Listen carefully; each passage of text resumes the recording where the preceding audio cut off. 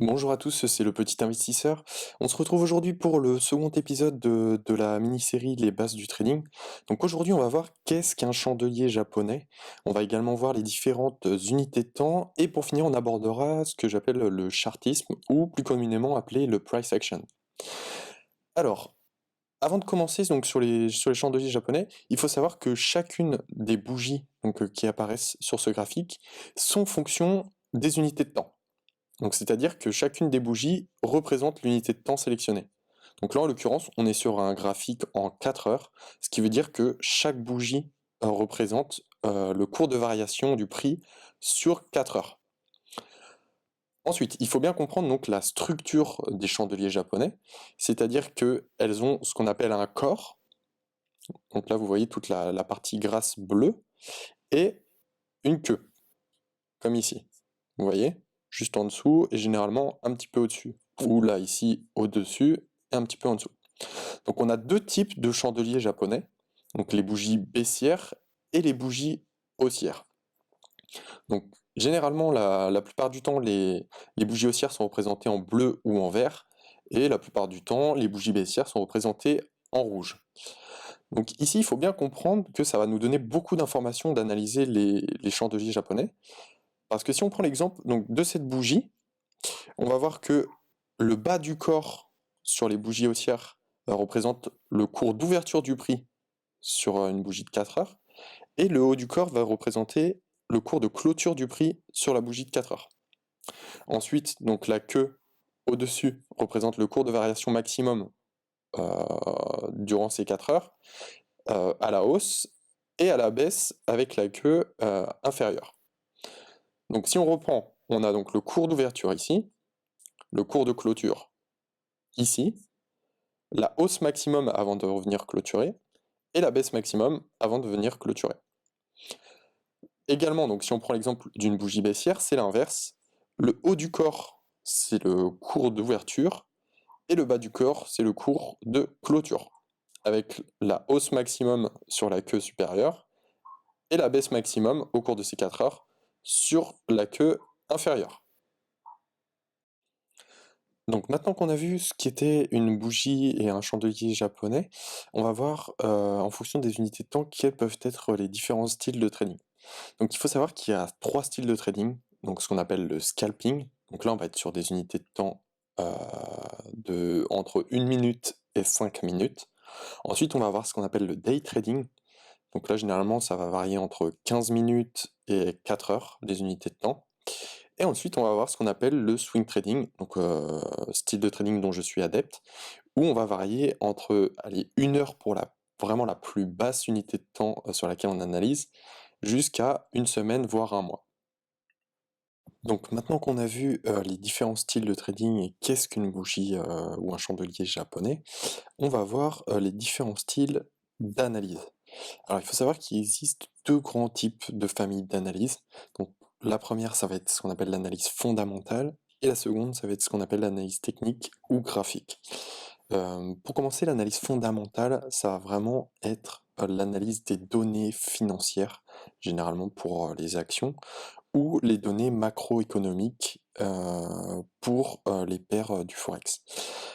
Qu'est-ce que les données macroéconomiques? Ben, en fait, tout simplement, ça va être par exemple les résultats du PIB d'un pays, la hausse des taux, etc. Enfin voilà, vraiment toutes les données macroéconomiques qui correspondent à un pays et donc qui vont impacter positivement ou négativement une devise. Donc on se retrouve sur le site Forex Factory et plus particulièrement sur le calendrier économique parce que les analystes fondamentaux vont regarder le calendrier économique pour déduire les différentes composantes de leur stratégie et voir comment ils vont pouvoir prendre position par rapport aux news économiques.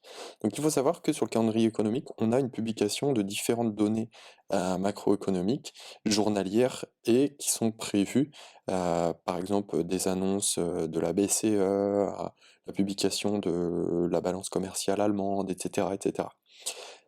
En fonction des différentes news qui sont prévues, on va avoir différents impacts prévus également. Donc vous voyez que sur le calendrier économique de Forex Factory, on a trois types de news. On a les news à faible impact, qui sont en jaune, on a les news impact medium qui sont en orange, et on a les news à fort impact qui sont en rouge. Alors les analystes fondamentaux vont regarder tout cela. Nous, en tant qu'analyste technique, on va seulement se pencher sur les news à fort impact, qui sont donc en rouge. Donc après, vous pouvez mettre un filtre, si vous le souhaitez, pour regarder tous les dimanches quelles sont les différentes news à fort impact qui vont apparaître concernant les données économiques. Ensuite, vous avez ce qu'on appelle donc les analystes techniques. Donc, au sein de cette même famille, on va avoir deux types d'analyses techniques. On va avoir l'analyse technique qui va utiliser donc différents indicateurs techniques pour baser leur stratégie dessus et ainsi prendre des positions sur les marchés, comme par exemple le RSI, que vous avez déjà dû en entendre parler. Et vous avez ce qu'on appelle euh, les analystes chartistes. Qu'est-ce que c'est? C'est-à-dire qu'en fait, alors donc moi je fais partie, c'est-à-dire que nous, on va regarder uniquement l'action des prix. C'est-à-dire que il faut savoir que le prix bouge constamment et est cyclique.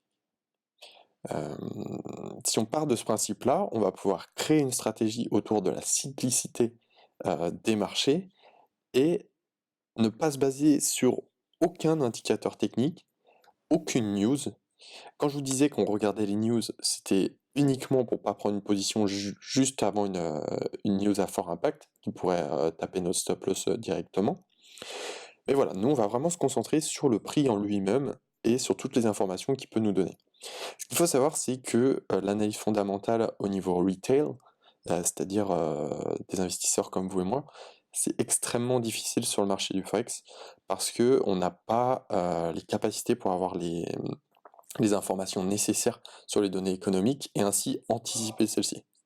Ce qui veut dire qu'on peut pas, si on part du principe qu'on ne peut pas anticiper les annonces d'indicateurs macroéconomiques, on va pas pouvoir prendre de position, enfin ça serait vraiment comme aller jouer au casino tout simplement. Par contre, ce qu'il faut savoir, c'est qu'il y a les big players, donc les grandes banques, les grandes institutions, les fonds d'investissement, etc., qui eux connaissent ces informations.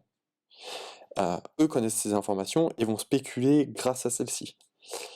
Cependant, ce qu'il faut savoir, c'est que quand ces institutions-là vont prendre des positions sur le marché, ils vont laisser des traces. Ils vont laisser des traces, et nous, en tant que chartistes, c'est ce qu'on va essayer de détecter pour prendre la même position qu'eux, et ainsi bénéficier du mouvement qu'ils vont créer. Parce qu'il faut savoir que ce sont ces big players qui font bouger le marché. C'est pas vous ou moi qui achetons 100 000 dollars américains qui va faire monter ou descendre la paire euro-USD. Donc quand je dis que les big players laissent des traces quand ils passent des ordres sur les marchés financiers, je vais en fait aborder différents types de patterns. Donc en fait, il faut savoir que quand ces big players prennent des ordres, ils laissent une trace au niveau des chandeliers japonais et au niveau de la forme du cours du prix. D'accord? Donc on va avoir deux types de patterns. Donc les patterns de chandeliers japonais, c'est un ensemble de chandeliers japonais qui va nous indiquer que voilà, il y a une grosse prise de position de la part d'un big player. Et après, on va avoir ce qu'on appelle une pattern de prix. Donc que vous avez déjà sans doute dû entendre parler, notamment donc les épaules, tête-épaule, etc. Tout ça cumulé avec différentes confluences, c'est-à-dire avec un support résistance ou une trendline, va nous donner une indication vraiment précise sur la probabilité qu'on va avoir d'un retournement à ce moment-là. Et sur la probabilité qu'il y ait un big player qui prenne une position à cet endroit précis. C'est donc la fin de ce second épisode de la mini-série Les bases du trading.